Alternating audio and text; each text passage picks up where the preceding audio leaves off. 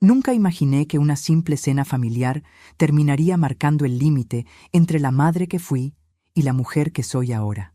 Esa noche me puse mi vestido azul, el que guardaba para las ocasiones especiales. Me miré al espejo y me dije que no importaba si mi nuera, Laura, seguía tratándome con esa frialdad disimulada. Yo iba por mis nietos, por verlos reír un rato. Habían pasado meses desde la última vez que todos nos reuníamos, y aunque sentía cierta tensión en el pecho, tenía la esperanza de que aquella noche fuera diferente. La casa de mi hijo Andrés era grande, moderna, decorada con esos tonos fríos que parecen hechos para presumir más que para vivir. Cuando llegué, la risa de los invitados ya se oía desde la entrada. Laura me abrió la puerta sin una sonrisa, como si estuviera haciendo un favor. «Pasa, Isabel», dijo, y su voz tenía la calidez de un cubo de hielo. En la mesa ya estaban sentados Andrés, sus hijos y dos amigos suyos. Me acerqué con un pequeño paquete envuelto en papel dorado.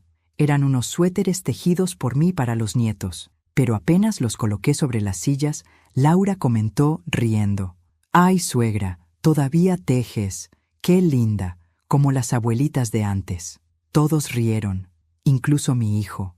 Yo sonreí, pero sentí que algo dentro de mí se encogía. Durante la cena intenté conversar. Les conté que el jardín estaba floreciendo, que había hecho mermelada de durazno, que me sentía bien. Nadie parecía escucharme. Hablaban de viajes, de restaurantes, de autos nuevos. Entonces, con la mejor intención del mundo, pregunté: «¿Y cuándo será el viaje familiar del que me hablaron? Quisiera saber la fecha para preparar mis cosas». Andrés dejó los cubiertos sobre la mesa. Me miró fijo y dijo con una sonrisa forzada: «¿Tú? Mamá, tú no eres parte del viaje, ni de la familia. Olvídalo». Las risas estallaron. Laura aplaudió suavemente, como si hubiera sido un chiste. Los amigos se miraron entre sí, incómodos, pero nadie dijo nada. Yo respiré hondo, tomé mi bolso y me levanté despacio. Nadie intentó detenerme, ni siquiera mi hijo. Pero antes de continuar, quiero hacerte una invitación muy especial. Suscríbete al canal y deja tu me gusta.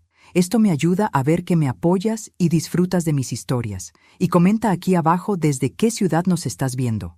Ahora, continuemos. Cuando cerré la puerta detrás de mí, el aire de la noche me golpeó como una bofetada. Caminé despacio hasta la parada del autobús. No quise pedir taxi. No quería hablar con nadie. Me temblaban las manos. A mis 69 años, después de todo lo que hice por ese hombre, había sido excluida públicamente por la misma boca que un día me llamó mamá. En el reflejo de la ventana del bus me vi distinta, más vieja, más sola, pero también más clara. Por primera vez en mucho tiempo, comprendí que mi amor por mi hijo me había vuelto invisible. Esa noche llegué a mi casa y no encendí las luces. Me senté en la oscuridad del comedor y escuché el tic-tac del reloj. Recordé cuando Andrés era pequeño y corría por el patio con los zapatos llenos de barro. «No te ensucies, hijo, te vas a resfriar», le decía yo, mientras él reía con esa alegría que ya no le conozco. ¿En qué momento se convirtió en ese hombre frío, tan parecido a su padre cuando empezó a creer que el dinero podía comprar respeto?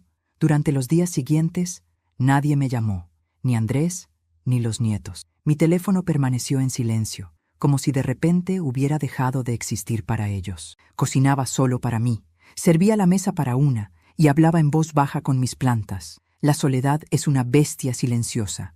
Se mete despacio, te observa y te roba el sueño. A veces pensaba en llamar, pero mi orgullo me lo impedía. Después de todo, no se suplica cariño. El cuarto día después de aquella cena, algo ocurrió. Me desperté temprano, preparé café y encendí la radio. Mientras escuchaba las noticias locales, oí una frase que me hizo alzar la cabeza. Se reporta la caída de una importante empresa familiar tras el incumplimiento de un préstamo bancario.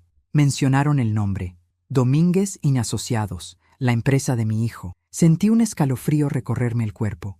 Tomé mi taza y me quedé quieta, mirando el vapor disiparse. No me alegraba su desgracia, pero tampoco podía negar que algo, en lo profundo de mí, murmuraba que la vida a veces tiene maneras curiosas de enseñar. Recordé las veces que hipotecamos todo por él, cómo trabajé día y noche para que estudiara, para que tuviera lo que yo nunca tuve, y ahora, 4 días después de haberme dicho que no era parte de su familia, el destino parecía responderle con una precisión poética. A media tarde, Sonó el teléfono. Reconocí su número, pero no respondí. Dejó un mensaje. «Mamá, necesito hablar contigo». Su voz sonaba tensa, desesperada. Me quedé mirando el aparato unos segundos. Luego lo apagué. Tal vez era cruel, pero en ese instante sentí que debía protegerme. Había dado todo y recibido desprecio. Ahora era su turno de enfrentarse al eco de sus propias palabras. Esa noche me preparé una sopa y me senté junto a la ventana. La luna estaba llena. Me sentí acompañada por su luz. Por primera vez en años comí sin prisa, sin pensar en nadie más. No había lágrimas, solo una calma extraña, como si el universo hubiera restablecido un equilibrio. Mientras el reloj marcaba las 11, sus palabras seguían repitiéndose en mi cabeza. «Tú no eres parte de la familia». Sonreí con tristeza. «No lo soy», susurré, «pero soy parte de algo mucho más grande, mi propia historia». Y sin saberlo aún, esa historia apenas estaba comenzando. Después de aquella cena, mi casa se volvió demasiado grande para mí. El eco de mis pasos sonaba como una compañía forzada, y el silencio tenía peso. Era un silencio denso, con olor a polvo y a recuerdos que ya nadie quiere revisar. Al principio, pensé que mi hijo me llamaría para disculparse, tal vez al día siguiente o al otro. Pero los días pasaron y el teléfono siguió mudo. Era curioso. Cuando era niño, no podía estar ni una hora sin escuchar mi voz. Ahora, parecía que yo había dejado de existir. El primer lunes después del incidente, me levanté temprano, preparé café y me senté en el pequeño porche que da al jardín. Las hortensias estaban marchitas. Me di cuenta de que ni siquiera había tenido ánimo de regarlas. Las observé un rato y luego fui por la regadera. El agua, al caer, tenía un sonido casi terapéutico. Sentí que cada gota era una palabra que no dije, un perdón que no pedí, una respuesta que me guardé por miedo a perderlo. Pero ¿qué más podía perder ahora? Me refugié en mis rutinas: cocinar, limpiar, ordenar viejas fotografías. En una de ellas, Andrés tendría unos 8 años. Estaba vestido con un disfraz de pirata, con un sombrero demasiado grande y una sonrisa que llenaba la imagen. Lo miré largo rato. Era imposible reconciliar ese niño de ojos vivos con el hombre que me había herido con tanta facilidad. A veces me preguntaba si la culpa era mía, si lo había amado tanto que lo había vuelto incapaz de valorar a nadie más. Esa tarde salí al mercado. Doña Carmen, mi vecina de toda la vida, me encontró entre los pasillos de frutas. «Isabel, te ves más flaquita. ¿Estás bien?», me preguntó con sincera preocupación. Fingí una sonrisa. «Estoy bien, Carmen, solo un poco cansada». Ella asintió, pero vi en su mirada que no me creyó. Luego, bajando la voz, me dijo: «Escuché que tu hijo está pasando por un mal momento. Unos amigos del banco comentaron que su empresa tiene deudas fuertes». Me quedé inmóvil. Sentí el corazón darme un salto, pero fingí indiferencia. «Ah, no sabía nada», respondí, aunque la noticia ya me rondaba la cabeza desde el día anterior. Al regresar a casa, puse una vieja canción de Julio Iglesias. Sonaba suave, casi nostálgica.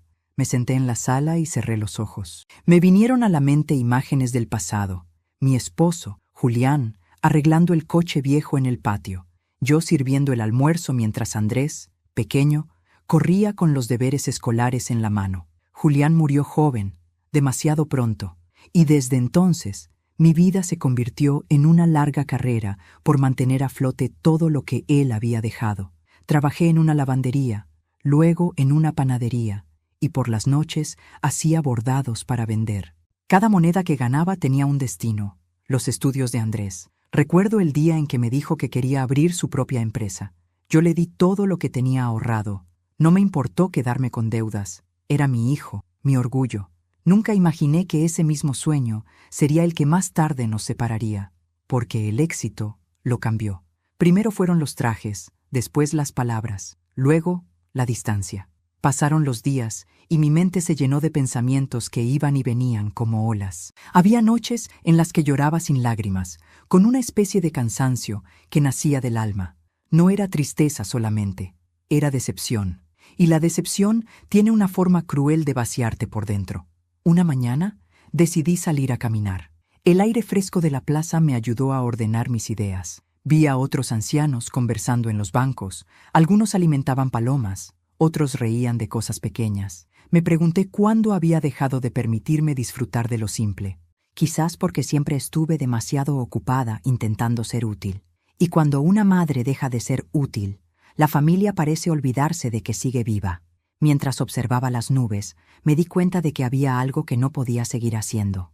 Esperar. Esperar a que Andrés recapacitara, a que Laura me aceptara, a que alguien tocara la puerta. Esa espera era un pozo sin fondo. Esa tarde, al llegar a casa, escribí una carta, no para él, sino para mí misma. Decía: Isabel, no te deben amor por obligación. Si vas a seguir adelante, hazlo por ti, no por quien te dio la espalda. La guardé en una caja de madera, junto con las fotos antiguas. Los días se fueron pareciendo unos a otros. Amanecía, regaba las plantas, tomaba té, leía un poco, pero dentro de mí algo se estaba gestando. No era rencor, era una necesidad de volver a tener voz. Me dolía pensar que mi propia historia se resumía en ser la madre de alguien que ya no me reconocía.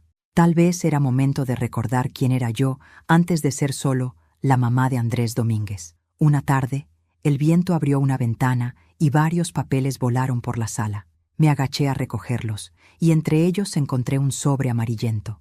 Era un documento viejo, con el nombre de Julián y el mío. Socios fundadores, Domínguez y Asociados. Me quedé mirando aquellas letras impresas. Mi corazón dio un vuelco. Era la prueba de que yo aún formaba parte de aquello. La empresa, la propiedad, todo seguía ligado legalmente a mí. Guardé el documento sin pensar demasiado, pero esa noche no pude dormir. En el silencio de mi habitación, las palabras de mi hijo regresaron una y otra vez. Tú no eres parte de la familia. Sonreí en la oscuridad. Tal vez no, susurré, pero parece que aún soy parte de algo más importante. No sabía entonces lo que haría con eso, ni cuánto cambiaría mi vida ese simple hallazgo. Pero por primera vez en mucho tiempo, en medio del silencio, sentí una chispa, una diminuta, pero poderosa sensación de justicia. Esa noche, mientras apagaba la luz, me juré algo. Nunca más permitiría que el amor me hiciera olvidar mi dignidad. Esa semana el teléfono volvió a sonar, pero no era una voz cálida ni familiar, era una grabación bancaria. Una voz mecánica me informó sobre un atraso en el pago de un préstamo a nombre de Domínguez y Asociados, donde yo figuraba como garante. Al principio pensé que debía haber un error, pero cuando pronunciaron mi nombre completo, comprendí que no. Me quedé helada. Esa empresa, la que ayudé a fundar con mi difunto esposo, ahora me arrastraba en la caída de mi propio hijo. Colgué sin saber qué pensar. Me temblaban las manos. Caminé por la sala con el documento que había encontrado días atrás, ese que todavía conservaba mi firma junto a la de Julián. La tinta estaba un poco desvanecida, pero las letras eran claras. Yo seguía siendo copropietaria. En aquel entonces lo hicimos así para proteger el patrimonio familiar. Julián siempre decía: las cosas cambian, Isabel, pero lo tuyo debe quedar en tu nombre. Cuánta razón tenía, y cuánto me dolía que Andrés nunca lo entendiera. Intenté llamarlo varias veces. La primera, me respondió una secretaria. Me pidió que dejara mi nombre y el motivo. Dígale que lo llama su madre, respondí. La mujer dudó unos segundos, luego dijo: de acuerdo, señora, pero nunca devolvió la llamada. La segunda vez, marqué directo a su número personal. Sonó varias veces hasta que contestó con voz seca: ¿Mamá? No puedo hablar ahora. Estoy en una reunión. Solo quería saber si estás bien, hijo. Recibí una llamada del banco. No te preocupes por eso, me interrumpió. Es un asunto que no te incumbe. Pero Andrés, si yo... Te dije que no te metas, gritó, y colgó. Me quedé con el auricular en la mano, escuchando el pitido del silencio. Por un momento, sentí la misma humillación de aquella cena. ¿Cómo era posible que el niño al que cargué enfermo en brazos me hablara con tanto desprecio? Cerré los ojos y respiré hondo. No lloré. Las lágrimas ya no me salían con facilidad. Era como si se hubieran secado de tanto derramarse en el pasado. Los días siguientes fueron una sucesión de noticias desagradables. En la radio local hablaban de despidos en la empresa, de demandas por incumplimiento, de rumores de quiebra. Cada vez que escuchaba su apellido en boca de un periodista, sentía una punzada en el pecho. No por vergüenza, sino por tristeza. Yo conocía a ese niño mejor que nadie. Su mayor miedo siempre fue fracasar, y ahora estaba cayendo, arrastrando consigo todo lo que un día lo sostuvo. Doña Carmen volvió a tocar mi puerta una tarde. Traía pan recién hecho y curiosidad en los ojos. «Isabel, me dijeron que tu hijo ha tenido problemas con el banco». «Sí, lo sé», respondí con serenidad. «¿Y vas a ayudarlo?». La pregunta me atravesó como una flecha. La miré un instante antes de contestar. «Carmen, ¿sabes qué es peor que el hambre?», le dije con voz suave. «El desprecio». Ella asintió en silencio y me dejó el pan sobre la mesa. Esa noche, mientras cenaba sola, recordé algo que Andrés me dijo hace años cuando empezó su empresa. «Mamá, confía en mí. Tú ya hiciste tu parte, ahora déjame hacer la mía». Yo lo hice. Le cedí mi confianza, mis ahorros, mi paz. Ahora comprendía que tal vez había confundido amor con entrega total, y eso siempre termina cobrándose caro. Una mañana decidí pasar por el banco. Llevaba mi carpeta con documentos antiguos, solo para asegurarme de entender la situación. El gerente me reconoció enseguida. Había sido amigo de Julián en sus tiempos. «Doña Isabel, lamento mucho lo que está ocurriendo. Su hijo utilizó su nombre como aval hace años, y el préstamo actual tiene su firma respaldando la deuda». «¿Mi firma?», pregunté confundida. «Pero yo no firmé nada nuevo». El hombre suspiró. «No, pero el contrato inicial aún sigue vigente. Él amplió la línea de crédito basándose en aquel acuerdo. Legalmente, usted sigue figurando como cofundadora y garante». Salí del banco con un nudo en el estómago. No sabía si sentir rabia o decepción. Había usado mi nombre, mi historia, como si fuera una herramienta más para sus ambiciones. Caminé sin rumbo por el centro hasta llegar a una cafetería antigua. Me senté en una esquina, pedí un café y abrí mi cuaderno. En la primera hoja escribí solo una frase. «Cuando te quitan el respeto, el silencio se vuelve justicia». Al regresar a casa, encontré un mensaje en el contestador. «Mamá, sé que estás molesta. Perdón si te grité. Estoy pasando por un mal momento. Te prometo que pronto todo se arreglará. Te llamaré cuando pueda». Su voz sonaba cansada, casi quebrada. Por un segundo sentí el impulso de llamarlo de vuelta, de decirle que todo estaría bien, pero recordé su risa en aquella cena. Recordé cómo todos se burlaron cuando me pidió que olvidara la familia. Y entonces entendí que el perdón no siempre llega de inmediato. A veces necesita tiempo. Esa noche no dormí. Revisé una y otra vez los papeles que guardaba en la caja, las escrituras, las cartas de Julián, la copia de la empresa. Empecé a ver todo con una claridad distinta. Yo no era una víctima. Era alguien que había olvidado su poder, y ese poder, aunque dormido, seguía ahí, esperándome.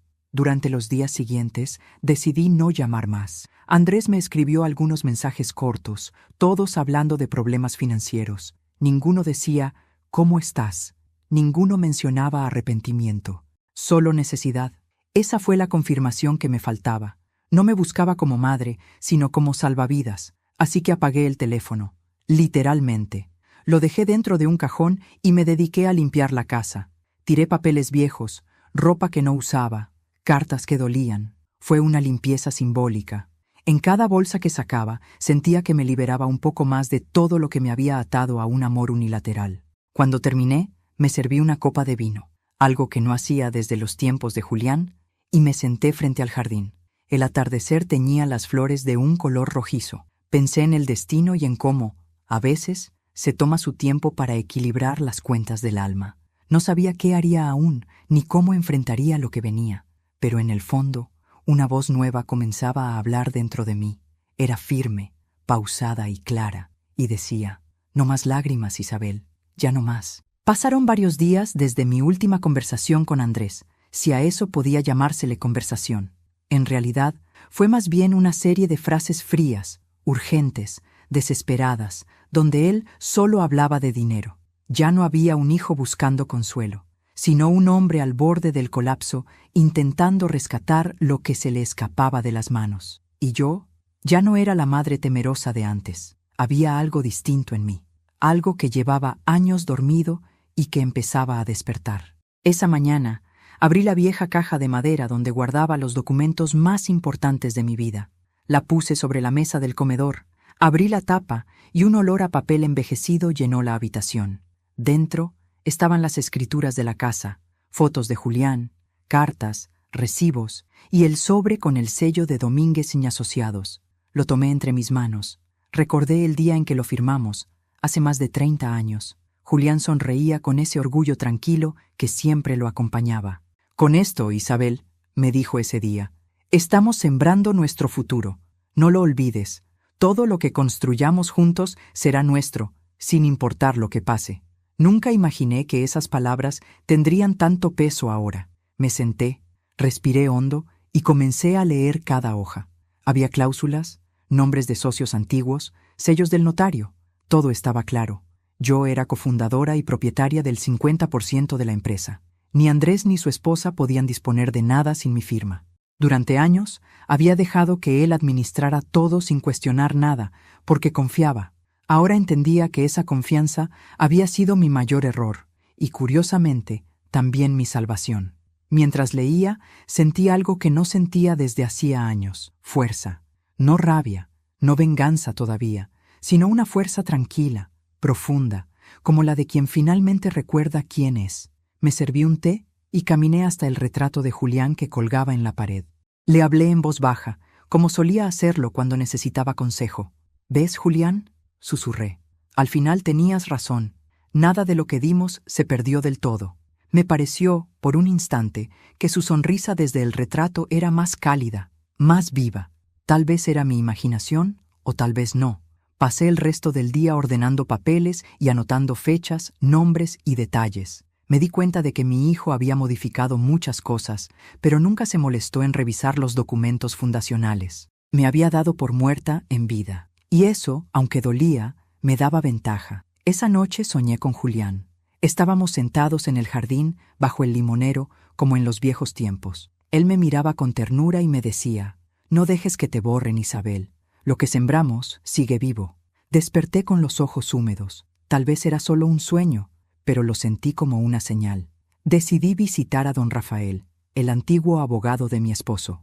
Era un hombre mayor, retirado, pero aún lúcido y firme.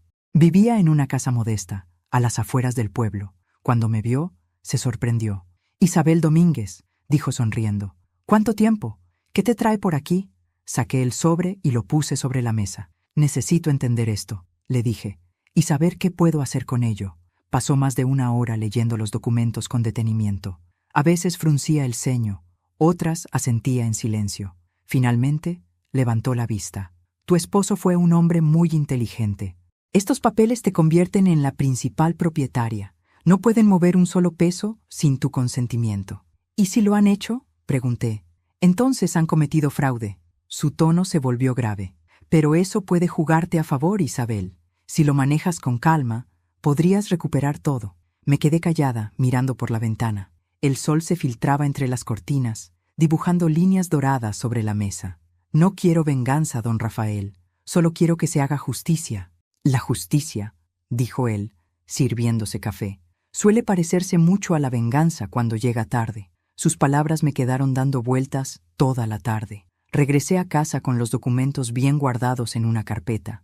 No los solté ni un segundo. Era como si llevara en mis manos el corazón mismo de mi historia. Al entrar, sentí el aroma del jardín.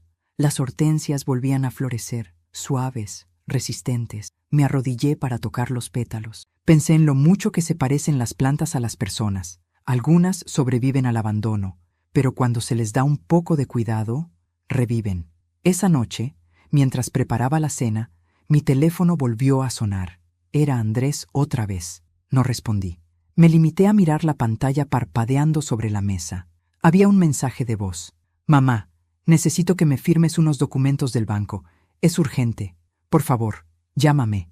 Sonreí con una calma que no recordaba haber sentido nunca. «Ahora lo necesitas», pensé. «Ahora recuerdas que existo». Dejé el teléfono donde estaba y me senté a escribir una carta. No para él, sino para mí, para dejar constancia de todo. Escribí sobre Julián, sobre nuestra empresa, sobre los años de sacrificio, sobre la humillación en aquella cena, sobre cómo el dolor puede volverse semilla si se siembra en el terreno correcto. Al final de la carta, puse una sola frase: «La semilla del pasado sigue viva y está lista para florecer». Apagué la luz. No sentí tristeza, tampoco culpa, solo la certeza de que, por primera vez en mucho tiempo, el futuro me pertenecía otra vez. El silencio se rompió un lunes por la mañana con el timbre del cartero. Me entregó un sobre con membrete bancario y el nombre de Domínguez Asociados, impreso en letras mayúsculas. Al abrirlo, sentí un escalofrío, una notificación de embargo preventivo. Mi nombre figuraba en el documento como cofundadora, por lo tanto, era informada oficialmente del proceso. Durante unos segundos, me quedé inmóvil. Leí 1, 2, 3 veces el texto, y contra todo pronóstico, no sentí miedo, sentí paz. Era como si por fin el destino me confirmara lo que ya sabía. La vida le estaba pasando factura a mi hijo, y lo hacía con la misma precisión con la que él me había borrado de su vida. Me preparé un té y me senté en el sillón del comedor. El vapor subía lentamente, mientras los rayos del sol se filtraban por la ventana. Pensé en lo irónico que era todo. Yo, la madre que él consideraba un estorbo, era ahora la única persona que podía detener su caída, y sin embargo, no tenía intención de hacerlo. No por crueldad, sino porque entendí que algunas lecciones solo se aprenden cuando se tocan las ruinas. Encendí la televisión. En el noticiero hablaban de la crisis económica. Empresas medianas caen en cadena por falta de liquidez, decían los titulares. Entre los nombres mencionados, escuché el suyo. La compañía Domínguez Asociados enfrenta serios problemas financieros. La presentadora hablaba con tono neutro, pero cada palabra me sonaba como una campanada de justicia. Me quedé mirando la pantalla en silencio. No había odio en mí, solo un cansancio sereno, una certeza de que el amor ciego que di por tantos años había terminado. Andrés se había olvidado de que la raíz de todo lo que tenía, su empresa, su educación, su apellido, provenía de mí. Ahora, esa raíz estaba recuperando su fuerza. Antes de continuar, dime aquí en los comentarios qué te está pareciendo esta historia hasta ahora y qué harías tú en su lugar. No te vayas del video, porque lo que viene a continuación te pondrá la piel de gallina. Al día siguiente, sonó nuevamente el teléfono. Esta vez no era Andrés, sino un funcionario del banco. ¿Doña Isabel Domínguez?, preguntó con voz amable. Sí, soy yo. Lamentamos informarle que, debido a la situación de la empresa, usted figura como copartícipe de una deuda que podría afectar sus bienes. Entiendo, respondí con calma. ¿Podría enviarme todos los documentos por correo electrónico? Quiero revisarlos con mi abogado. El hombre se sorprendió por mi serenidad. No sabía que, desde hacía días, ya me había preparado para ese momento. Colgué el teléfono y respiré hondo. Me sentí fuerte. En el pasado, esa noticia me habría destrozado.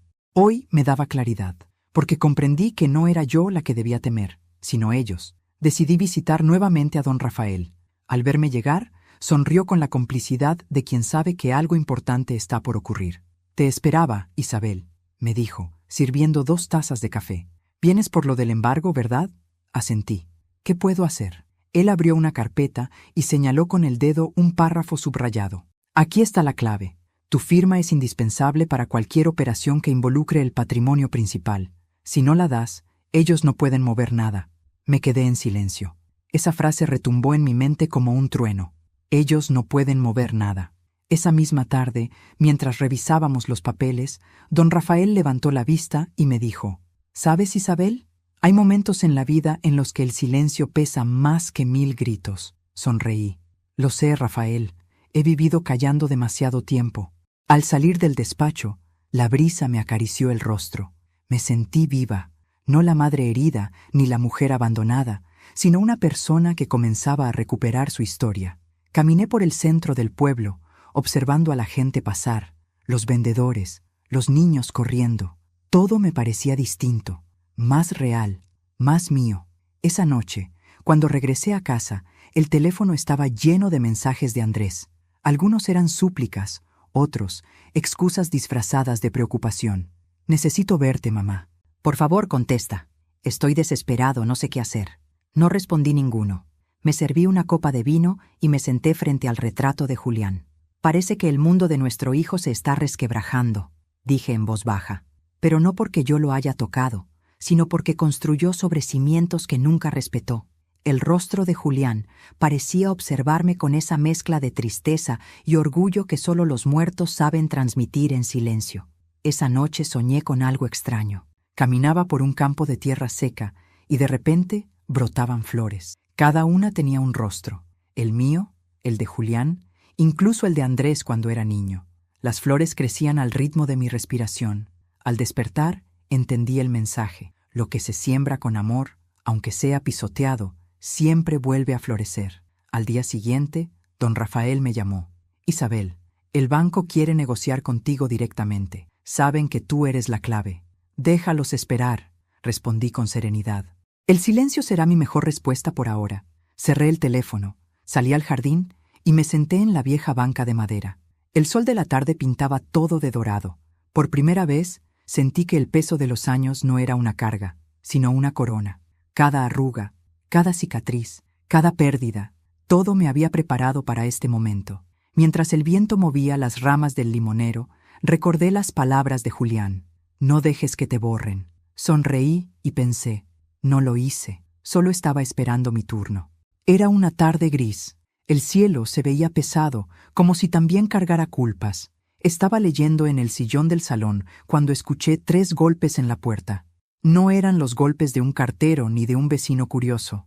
Eran golpes inseguros, casi tímidos. Me levanté con calma, crucé el pasillo y abrí.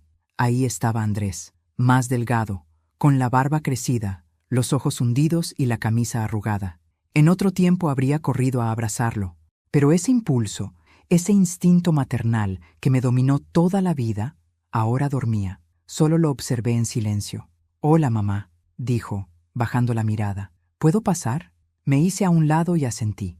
Caminó hasta el comedor como quien vuelve a un lugar que ya no le pertenece. Se sentó sin que yo lo invitara, como si su cuerpo recordara los viejos hábitos que su alma había olvidado. Por un momento ninguno de los dos habló. Se oía el tic-tac del reloj y el viento golpeando las ventanas. Finalmente, rompió el silencio. «Sé que estás molesta. Y tienes razón. Fui un idiota». No respondí. Me limité a servir 2 tazas de té, una para él, otra para mí. Puse azúcar en la suya, recordando que siempre la tomaba dulce. «El banco está presionándome», continuó. «La empresa está al borde del cierre. Me equivoqué, lo sé, pero necesito tu ayuda. Solo tienes que firmar unos documentos. Si lo haces, podré renegociar la deuda. Te prometo que esta vez será diferente». Su voz temblaba. Era una mezcla de orgullo herido y desesperación. Lo miré con serenidad, como quien contempla a un extraño que alguna vez amó. «¿Recuerdas lo que me dijiste en la cena?», pregunté finalmente. Bajó la cabeza. «Mamá, no. Respóndeme. ¿Lo recuerdas?». Guardó silencio. «Tú no eres parte del viaje, ni de la familia», repetí despacio. «¿Te das cuenta de lo que esas palabras hicieron?». Él cerró los ojos y se llevó las manos a la cara. «Lo siento», murmuró. No sabía lo que decía. Claro que lo sabías. El desprecio siempre sabe lo que dice. Hubo un largo silencio. Afuera empezaba a llover. Las gotas golpeaban el techo como un tambor triste. Andrés tomó la taza, pero no bebió. Tenía las manos temblorosas. «Mamá, si no firmas, perderé todo. La casa, los autos, la empresa. ¿Y crees que eso me da placer?», pregunté. «No lo sé», dijo él con la voz rota. «Solo sé que eres la única que puede salvarme». Me apoyé en el respaldo de la silla y lo miré fijamente. No con rabia, sino con una calma que lo desarmó más que cualquier grito. «Durante años, Andrés, confundiste amor con obligación. Pensaste que una madre debía soportarlo todo. Pero incluso el amor más grande se cansa cuando solo recibe humillaciones». Sus ojos se llenaron de lágrimas. Por un instante, vi al niño que fue, el que venía corriendo con los brazos extendidos después de una caída. Pero ese niño estaba escondido bajo capas de orgullo y egoísmo. «Por favor, mamá, dame una oportunidad». «La vida ya te está dando una», respondí. «Solo que no te gusta su forma». Él respiró hondo. «No vine a discutir. Solo quiero arreglar esto. Si no lo hacemos, perderemos todo». «No», lo interrumpí. «Tú lo perderás. Yo ya perdí lo mío hace mucho tiempo, cuando me quitaste el lugar en tu mesa». Se llevó las manos a la cabeza. «No entiendes, mamá. El banco, los socios, me están amenazando. No sé a dónde más acudir. A tu esposa, quizá, o a esos amigos que se rieron conmigo aquella noche». «Laura me dejó», susurró. «Se fue con los niños a casa de sus padres. Entonces, parece que finalmente estás sintiendo lo que yo sentí». Se hizo un silencio denso. Solo el reloj continuaba marcando los segundos. Andrés me miró con los ojos rojos, vacíos de orgullo. «No vine a mendigar. Vine porque eres mi madre. Y yo siempre lo seré. Pero ser madre no significa ser cómplice». Me levanté. Fui hasta el mueble y tomé la carpeta con los documentos. La puse frente a él. Aquí está todo. La historia de nuestra familia, la empresa, los contratos, las firmas, todo. Míralo bien, Andrés, porque esto es lo único que te queda, y sigue siendo mío tanto como tuyo. Él la observó, sin tocarla. ¿Qué vas a hacer?, preguntó en voz baja. Nada, todavía, dije, sosteniendo su mirada. Pero esta vez las decisiones las tomo yo. Se quedó quieto, como si las palabras lo hubieran atravesado. Luego bajó la vista y susurró. Nunca te vi así, mamá. ¿Por qué nunca me dejaste serlo? Siempre preferiste verme débil. La lluvia aumentó. Andrés se levantó despacio. ¿Puedo venir mañana?, preguntó. Puedes venir cuando quieras, respondí. Pero no esperes las respuestas que te convengan. Él asintió, tomó su abrigo y caminó hacia la puerta. Antes de salir, se detuvo. Te juro que voy a cambiar. Eso espero, hijo. Pero recuerda, algunos cambios no sirven si llegan cuando ya no queda nada que salvar. Cerró la puerta. Me quedé sola, escuchando el sonido de sus pasos perdiéndose en la lluvia. No lloré, solo sentí un alivio extraño, como si cada palabra que le había dicho me hubiera devuelto un pedazo de mi alma. Me acerqué al retrato de Julián y acaricié el marco. Volvió, mi amor, le susurré, pero no por mí, sino por lo que necesita. El rostro de Julián parecía entenderlo todo. Su silencio era el reflejo del mío. Esa noche dormí tranquila. No porque todo estuviera bien, sino porque, por primera vez, no me sentí culpable por pensar en mí. Había pasado toda una vida dando sin medida. Ahora, por fin, aprendía el arte de decir no. No dormí mucho esa noche, no por angustia, sino por claridad. A veces, cuando la mente finalmente se libera del miedo, el silencio se vuelve un aliado. Me levanté antes del amanecer, abrí las ventanas y dejé entrar el aire fresco. El cielo comenzaba a teñirse de tonos rosados. Respiré profundo, y por primera vez en muchos años, no sentí culpa, sentí propósito. Mientras el agua del café hervía, extendí sobre la mesa los documentos de la empresa. Los repasé uno por uno. Era increíble cómo, durante tanto tiempo, había ignorado el poder que tenía. Por años me creí una sombra detrás de mi hijo. Ahora entendía que era el tronco que sostenía el árbol que él creyó suyo. A media mañana llamé a don Rafael. «Necesito verte», le dije. «Es hora de actuar». Cuando llegué a su despacho, él ya tenía preparados varios papeles. Me miró con una mezcla de respeto y sorpresa. «Supuse que vendrías hoy», dijo con una sonrisa cansada. «¿Has decidido?». Asentí. «Sí, no quiero venganza, pero quiero justicia. Y quiero paz. Entonces haremos las cosas con calma y precisión», respondió él. «Recuerda, no hay castigo más fuerte que la consecuencia inevitable». Durante las siguientes horas revisamos cada cláusula, cada sello, cada firma. Descubrimos que Andrés había cometido varios movimientos financieros sin autorización legal. En otras palabras, había usado mi nombre para endeudarse más allá de lo permitido. Eso significaba fraude. Don Rafael me explicó las opciones. Podía demandarlo, podía tomar el control total de la empresa, o simplemente dejar que la ley hiciera su parte. «¿Qué quieres hacer?», preguntó. Pensé un momento antes de contestar. Quiero hacer lo correcto, pero también lo necesario. Decidimos presentar una notificación formal al banco informando que yo, Isabel Domínguez, no reconocía ninguna ampliación de crédito posterior a la firma original. Eso detendría cualquier intento de rescate financiero por parte de Andrés. En otras palabras, sin mi consentimiento no habría salvación. Cuando terminé de firmar los papeles, don Rafael me miró en silencio. «Acabas de dar el paso más difícil», dijo. «Has dejado de ser la madre culpable para convertirte en la mujer dueña de su historia». Sonreí, aunque sentí un nudo en el pecho. No sé si debería sentirme orgullosa o triste. Ambas cosas, Isabel. Eso es lo que sienten los justos. Salí del despacho con la carpeta bajo el brazo. El sol brillaba con fuerza. Caminé despacio hasta la plaza, observando las palomas revolotear. Pensé en la ironía de la vida. Mientras mi hijo se hundía entre deudas y soberbia, yo renacía entre papeles y silencios. Esa noche, Andrés volvió a llamarme. No contesté. Dejó varios mensajes. «Mamá, sé que estuve mal.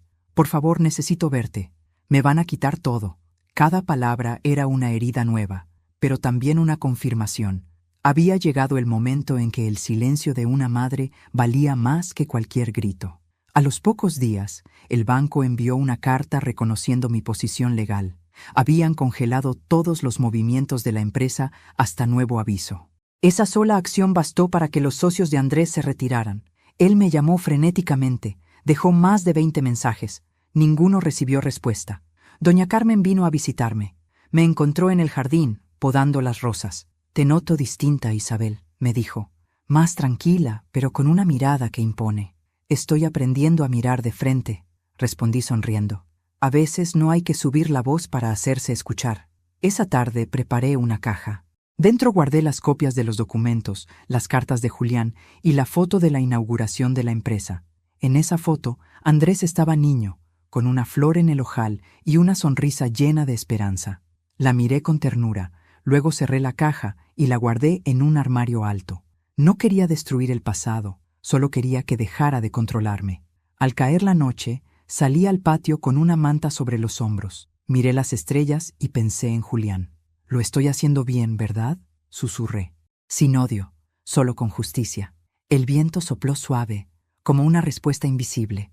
Los días siguientes fueron un desfile de llamadas, mensajes y visitas. Andrés vino 3 veces. Nunca lo recibí. Lo observé desde la ventana, de pie frente a mi puerta, con el rostro desesperado. Me dolió, claro que sí, pero hay dolores que deben sentirse para curar algo más profundo.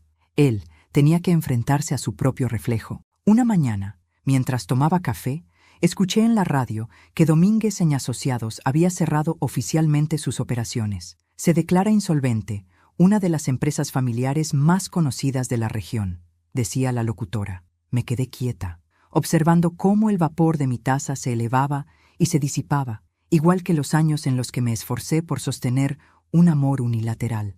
No sentí triunfo, sentí liberación. Había cargado con culpas que no eran mías, con responsabilidades que nadie me pidió asumir, y al final, todo lo que necesitaba era dejar que el mundo siguiera su curso sin intervenir. Esa tarde fui al cementerio. Llevé flores al nicho de Julián. Me arrodillé frente a su nombre grabado en mármol y le hablé con calma. Nuestro hijo se perdió, amor, pero no lo odio, solo lo dejo aprender. Me quedé allí largo rato, hasta que el sol se escondió. Y cuando me levanté, sentí que algo en mi pecho se había acomodado por fin. De regreso a casa, miré el horizonte anaranjado y pensé que la verdadera venganza no es hacer daño, sino recuperar el control de tu propio destino. Y eso, al fin, lo había logrado. El silencio volvió a mi casa, pero ya no era un enemigo, era un testigo, un cómplice silencioso que me acompañaba a ver cómo el destino ponía las cosas en su lugar. A veces me sentaba junto a la ventana, con una taza de café entre las manos, y veía pasar a la gente rumbo a sus trabajos. Yo, que antes me sentía invisible, ahora observaba el mundo con la serenidad de quien ha dejado de temer. Una mañana, mientras podaba las plantas, escuché el sonido de un motor que se detenía frente a mi casa. Levanté la vista. Era el coche de Andrés, o lo que quedaba de él, sucio, abollado, sin el brillo arrogante de otros tiempos. Se bajó lentamente, con los hombros encorvados. No llevaba traje, ni reloj caro, ni esa sonrisa de hombre exitoso que tanto usaba para ocultar su soberbia. No tocó la puerta. Se quedó parado frente a la reja, en silencio. Lo observé desde la ventana. Por un momento pensé en salir, pero algo dentro de mí me dijo que no, no todavía. Lo vi mirar alrededor, como si buscara un refugio que ya no existía. Luego subió al auto y se fue sin decir nada. Esa fue la primera vez que lo vi derrotado, pero no sería la última. Los días siguientes, las noticias sobre su caída se multiplicaron. Los periódicos locales hablaban del cierre de su empresa, del embargo de sus propiedades, de los empleados protestando por los sueldos impagos. Algunos artículos incluso mencionaban su nombre completo: Andrés Domínguez, exdirector de la empresa familiar Domínguez y Asociados. Leí esas líneas sin placer, pero con una sensación extraña de justicia. No porque se hundiera, sino porque al fin la vida le estaba mostrando que todo lo que construyó sobre la soberbia estaba destinado a desmoronarse. Una tarde, doña Carmen vino a verme con su típica curiosidad. «Isabel, hija, vi a tu muchacho por el centro. Parecía perdido, sin rumbo. ¿Sabes algo de él?», Asentí con calma. Sí, Carmen. Está recogiendo lo que sembró. Ella suspiró. Eres fuerte. No sé si yo podría. No se trata de fuerza, le respondí. Se trata de entender que uno no puede salvar a quien no quiere ser salvado. Esa noche, mientras regaba las plantas, pensé en lo diferente que se veía mi jardín ahora. Meses atrás, las flores estaban marchitas. Ahora, cada rincón rebosaba de color. Era como si la vida me premiara por no rendirme, como si cada pétalo representara una parte de mí que había vuelto a florecer. Una semana después, el teléfono volvió a sonar. Esta vez respondí. «¿Mamá?» Su voz era débil, casi irreconocible. «Te escucho, hijo». Me quedé sin nada, sin casa, sin trabajo, sin familia. Cerré los ojos, no dije nada. Laura se fue definitivamente. Dijo que no puede estar con alguien que arrastra ruinas. Los niños no quieren verme. Su respiración era entrecortada. «No sé qué hacer, mamá». «Empieza por mirarte al espejo, Andrés. Mira lo que hiciste y lo que destruiste. Y luego, empieza de nuevo, si aún te queda alma para hacerlo. ¿Tú me vas a ayudar?» «No», respondí con calma. «Ya te ayudé toda mi vida. Ahora te toca a ti». Se hizo un largo silencio. Escuché un sollozo, apenas audible. Luego colgó. Me quedé mirando el teléfono unos segundos y sentí que mi corazón, aunque dolido, estaba en paz. No se trataba de crueldad, era simplemente el final lógico de un ciclo. A la mañana siguiente, recibí una carta del banco confirmando que todo el patrimonio de Andrés había sido transferido al Estado para saldar las deudas. Ni una palabra más, ni una menos. Me senté en la mesa, la carta en una mano y en la otra una taza de té. Sonreí con una tristeza serena. Julián habría entendido. Días después, supe por un antiguo empleado de la empresa que Andrés estaba viviendo en un pequeño apartamento alquilado, sin lujos, sin compañía. Por un momento sentí el deseo de visitarlo, pero recordé su mirada aquella noche de la cena, la forma en que todos rieron mientras mi corazón se rompía. No, esta vez no correría a su rescate. Una tarde, mientras caminaba por la plaza, lo vi a lo lejos. Estaba sentado en un banco, con la cabeza entre las manos. Nadie lo reconocía, nadie se acercaba. Era solo un hombre más, perdido entre el ruido del mundo. Me detuve unos segundos, observándolo. No sentí odio, ni siquiera compasión. Solo entendí que a veces el amor también se expresa en dejar ir. Esa noche encendí una vela frente al retrato de Julián. Terminó. Amor, le dije. Todo terminó. El fuego tembló un instante, como si me escuchara. Cerré los ojos y me permití llorar, pero no por Andrés, sino por la mujer que fui, aquella que aguantó humillaciones, que cayó por miedo, que confundió sacrificio con cariño. Lloré por ella, y al mismo tiempo la despedí. Cuando apagué la vela, sentí una calma que no conocía. El ruido del mundo parecía lejano. Afuera, la luna iluminaba el jardín, y el aire olía a lluvia. Pensé que, de algún modo, todo volvía a su lugar. Al día siguiente, mientras tomaba café, vi algo en las noticias que me hizo detener el corazón. Una breve nota sobre un nuevo proyecto social en la ciudad. Una fundación que buscaba ayudar a personas mayores sin recursos. Su nombre, Fundación Amanecer Domínguez. No era mía todavía, pero en ese instante supe lo que haría con todo lo que la vida me había devuelto. No para destruir, sino para crear. No para castigar, sino para dejar un legado. El verdadero fin de la historia aún no había llegado. Esa mañana desperté más temprano de lo habitual. Había dormido tranquila, con la mente despejada y el corazón en calma. La luz del amanecer entraba por la ventana y bañaba mi habitación con un tono dorado. Me levanté, me puse mi bata azul y preparé café. El aroma llenó la casa, recordándome tiempos en que lo compartía con Julián. Pero ahora el silencio no dolía, me acompañaba. Sobre la mesa estaban los documentos finales que don Rafael había preparado. Llevaban un título sencillo pero poderoso: Cesión de bienes a Fundación Amanecer Domínguez. Me quedé mirándolos unos segundos. Había firmado el día anterior sin dudarlo. Había decidido donar mi parte de la empresa y todo lo que legalmente había recuperado para crear una institución que ayudara a ancianos abandonados. No era venganza, era redención. La mía, y quizá también la de Andrés. Mientras tomaba mi café, recordé las palabras de don Rafael la última vez que nos vimos. Isabel, lo que vas a hacer no solo limpiará tu historia, también dará sentido a todo el dolor que pasaste. Y tenía razón.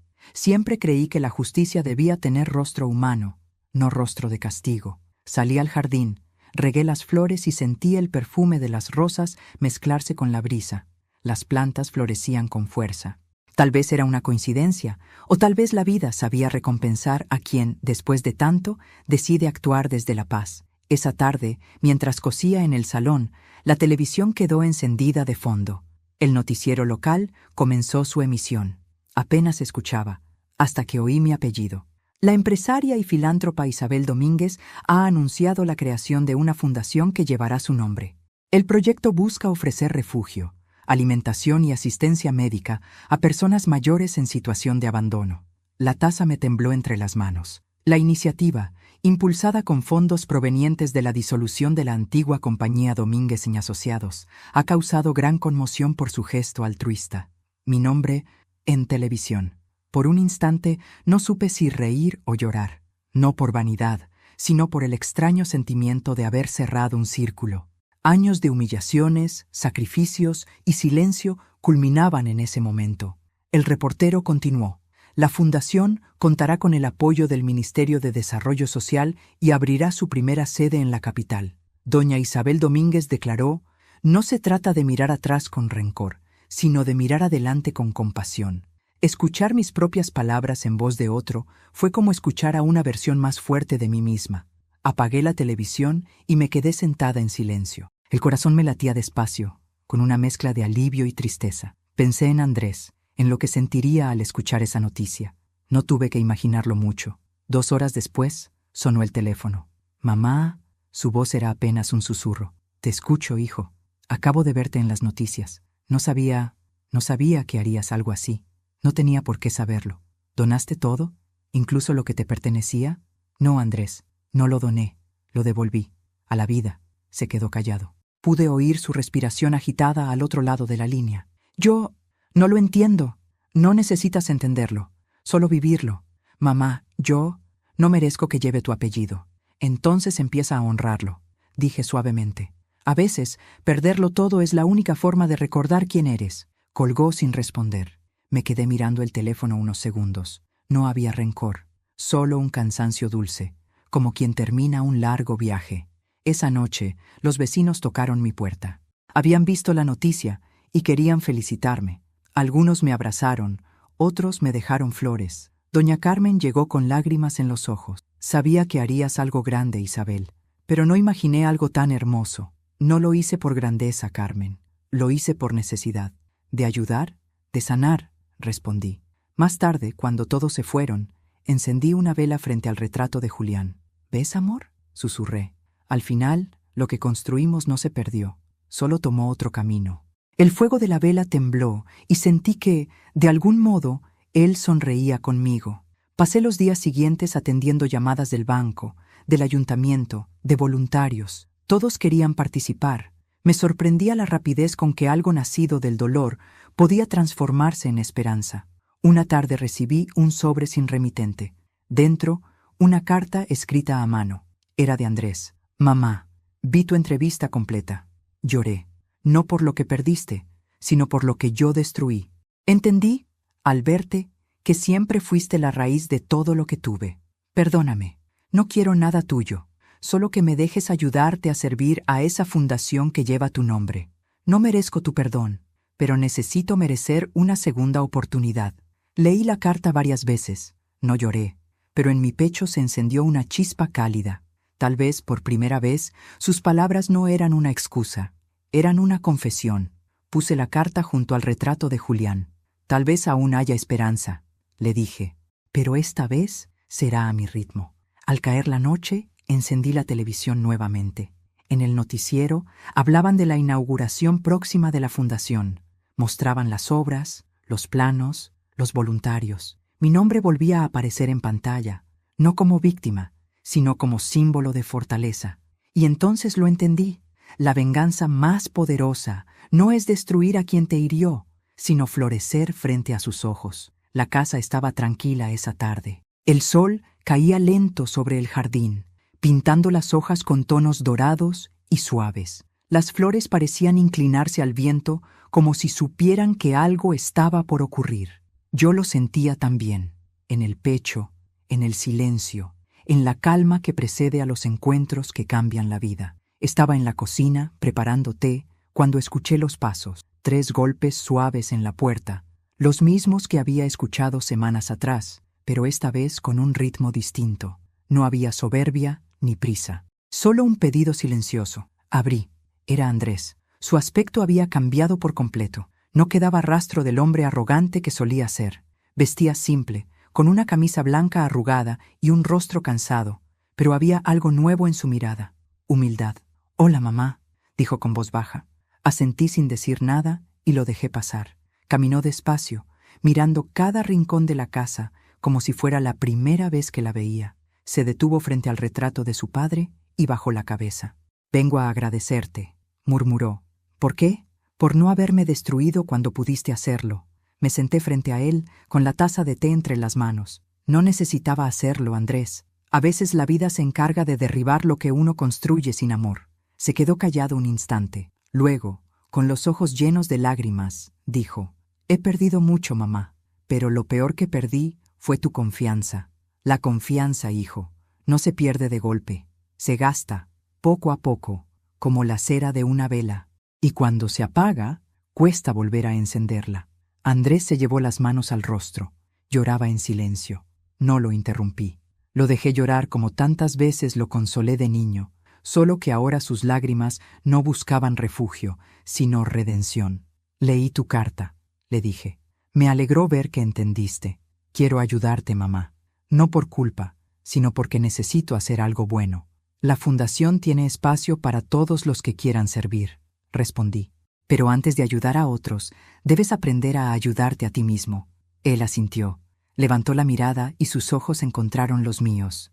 «¿Podrás perdonarme algún día?». Sonreí, con la serenidad de quien ya ha soltado el peso del rencor. El perdón no es un acto, Andrés. Es un proceso. A veces empieza mucho antes de que la otra persona lo pida. Y sí, hice una pausa. «Creo que ya te perdoné». Un suspiro escapó de su pecho. Por un momento, el tiempo pareció detenerse. Lo observé y vi al niño que fui perdiendo entre los años, al pequeño que corría por el jardín, al que temía la oscuridad, al que me abrazaba con fuerza cuando soñaba pesadillas. Ese niño aún estaba allí, solo que había estado escondido bajo capas de soberbia y miedo. «No quiero dinero ni nada de lo tuyo», dijo con voz temblorosa. «Solo quiero volver a ser tu hijo». «Nunca dejaste de serlo», respondí. «Solo necesitabas recordar qué significa serlo». Nos quedamos en silencio. El viento entraba por la ventana, moviendo las cortinas como si el aire también quisiera participar de aquella conversación. Me levanté y serví otra taza de té. «Bebe», le dije. «Te hará bien». Él tomó la taza con manos temblorosas y bebió despacio. Sonreí al verlo.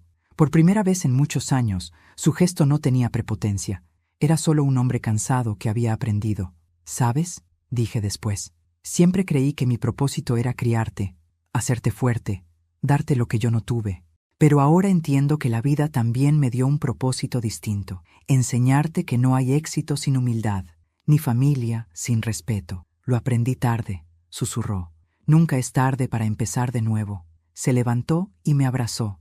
Un abrazo torpe, lleno de temblores, pero sincero. Su pecho se sacudía con cada sollozo. Yo cerré los ojos. No lloré. Sentí paz, paz verdadera. Después salimos al jardín.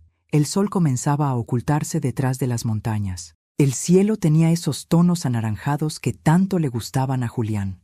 Andrés miró las flores y dijo: «Papá estaría orgulloso de ti, y de ti también, si sigues este camino». Él asintió. Permanecimos en silencio largo rato, escuchando solo el canto de los pájaros y el sonido del viento entre las ramas. Cuando cayó la noche, encendí una lámpara pequeña sobre la mesa del jardín. Su luz cálida iluminaba nuestros rostros. «Mamá, ¿puedo venir de vez en cuando?», preguntó. «Siempre tendrás un lugar aquí, Andrés, pero esta vez no por obligación, sino por elección». Antes de irse, se detuvo en la puerta. «Gracias por seguir aquí, incluso cuando no lo merecía. No me agradezcas por quedarme, hijo. Agradece por haber comprendido. Eso ya es suficiente». Cuando se marchó, el silencio volvió. pero era distinto. No era soledad, era cierre, un silencio lleno de sentido, como el punto final de un libro que se escribió con lágrimas y terminó con calma. Me senté en la banca del jardín, mirando las estrellas. Pensé en Julián, en Andrés, en los años vividos. Pensé en la fundación que llevaría mi nombre y en las personas que algún día serían acogidas allí. Y sonreí, porque al final comprendí que la vida, por dura que sea, siempre ofrece una segunda oportunidad. Y esa oportunidad no siempre llega para arreglar el pasado, sino para construir algo nuevo. Miré mis manos, marcadas por el tiempo, y sentí orgullo. Lo logramos, Julián, susurré. No dejé que me borraran. El viento me respondió con un murmullo suave, como un aplauso invisible. Cerré los ojos y dejé que la noche me envolviera. Ya no había dolor, ni rabia, ni vacío, solo paz. Y así terminó mi historia, no con un grito, sino con un suspiro, no con venganza, sino con dignidad, no con pérdida, sino con libertad. Hoy, al mirar atrás, me doy cuenta de que la vida no me quitó nada que no necesitara perder. A veces, uno pasa décadas luchando por mantener cerca lo que, en el fondo, ya no le pertenece. Y otras veces, lo que creemos destruido era, en realidad, el comienzo de algo nuevo. Durante mucho tiempo creí que ser madre significaba cargar con todo, con el amor, con el dolor, con los errores de los hijos. Pero no. Ser madre también significa soltar, aprender a mirar a los que amamos desde la distancia, aunque el corazón duela, porque el verdadero amor no ata, enseña, no exige, comprende. Hoy mi casa está llena de silencio, sí, pero es un silencio distinto. No es vacío, es serenidad. Camino por el jardín cada mañana, y al ver las flores abrirse, recuerdo que todo lo que florece necesita antes un invierno. Yo tuve el mío, largo y doloroso, pero de ese invierno nació algo hermoso, mi libertad. A veces me preguntan si me arrepiento de lo que hice, si no habría sido mejor rescatar a mi hijo, perdonarlo sin condiciones. Siempre respondo lo mismo. El perdón no es olvidar lo que pasó, es elegir no permitir que el dolor te siga gobernando. Yo elegí la paz, y en ella encontré mi fuerza. Hoy, la Fundación Amanecer Domínguez ya tiene sus primeras camas ocupadas. Ancianos que, como yo, fueron olvidados por los suyos, ahora tienen un techo, una mesa, una voz. Y cada vez que entro allí, siento que Julián camina a mi lado, sonriendo, porque al final, lo que construimos con amor nunca muere, solo cambia de forma. Y antes de despedirme, quiero hablarte a ti, que estás escuchando mi historia. Si alguna vez te hicieron sentir que no vales, que sobras o que tu tiempo ya pasó, recuerda esto. Nunca es tarde para comenzar de nuevo. Deja tu me gusta si esta historia tocó tu corazón y escríbeme en los comentarios desde qué ciudad nos acompañas. Tu apoyo me da fuerza para seguir compartiendo historias como esta. Gracias por escucharme. Soy Isabel Domínguez y esta fue mi verdad.